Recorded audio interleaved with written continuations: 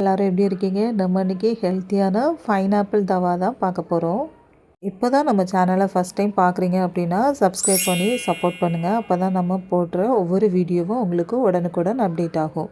பைனாப்பிளில் vitamin C இருக்குது. இது இதய ஆரோக்கியத்தை மேம்படுத்தவும், உடல் எடையை பராமரிக்கவும் மற்றும் சரும ஆரோக்கியத்துக்கும் ரொம்பவே நல்லது.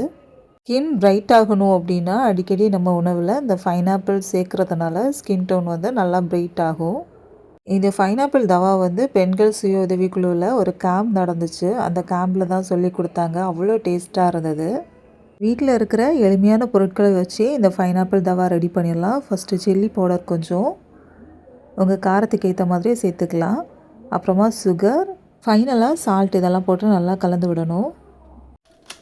அதுக்கு முன்னாடி இந்த மாதிரி ரவுண்ட் சைஸில் கட் பண்ணி வச்சுருந்தா ஈஸியாக இருக்கும்.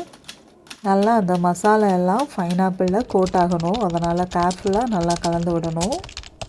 இனிப்பு, புளிப்பு, காரம் எல்லாம் சுவையாக சேர்ந்து அதை சாப்பிட்றதுக்கே அவ்வளோ ஒரு அழகாக இருக்கும். பைனாப்பிளாக அடிக்கடி சாப்பிட்றதுனால கொலஸ்ட்ரால் பிரச்சனை இருக்கிறவங்களுக்கு சரியாகும்.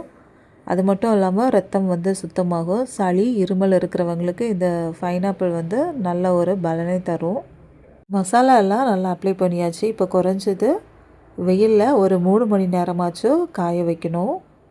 இப்படியே சாப்பிட்டா கூட நல்லாயிருக்கும். ஆனால் வந்து பட்டர் ஒரு ஸ்பூன் அளவுக்கு பட்டர், இது நம்ம வீட்டிலையே ரெடி பண்ணது. இந்த பட்டரை ஆட் பண்ணிவிட்டு நம்ம வந்து வெயிலில் உணர வச்சுருந்தோம்ல, அந்த பைனாப்பிளும் எடுத்து நல்லா ஈவனாக எல்லா பக்கமும் குக் ஆகிறது மாதிரி பொரிச்சு எடுக்கணும். பாருங்கள், நல்லா பொரிஞ்சதும் பக்கம் மாற்றி எடுக்கணும். காய வைக்கிறப்போ நிறைய இருந்துச்சு பாருங்கள். பொரிச்சு எடுக்கிறப்போ கொஞ்சம் தான் இருக்குது. பொண்ணு எடுத்து எல்லாத்தையுமே சாப்பிட்டாங்க. ஃபைனலி டேஸ்டி அண்ட் ஹெல்த்தியான பைனாப்பிள் தவா ரெடி. ட்ரை பண்ணி பாருங்கள். நன்றி. மீண்டும் சந்திப்போம் மற்றொரு வீடியோவில். தேங்க்ஸ் ஃபார் வாட்சிங்.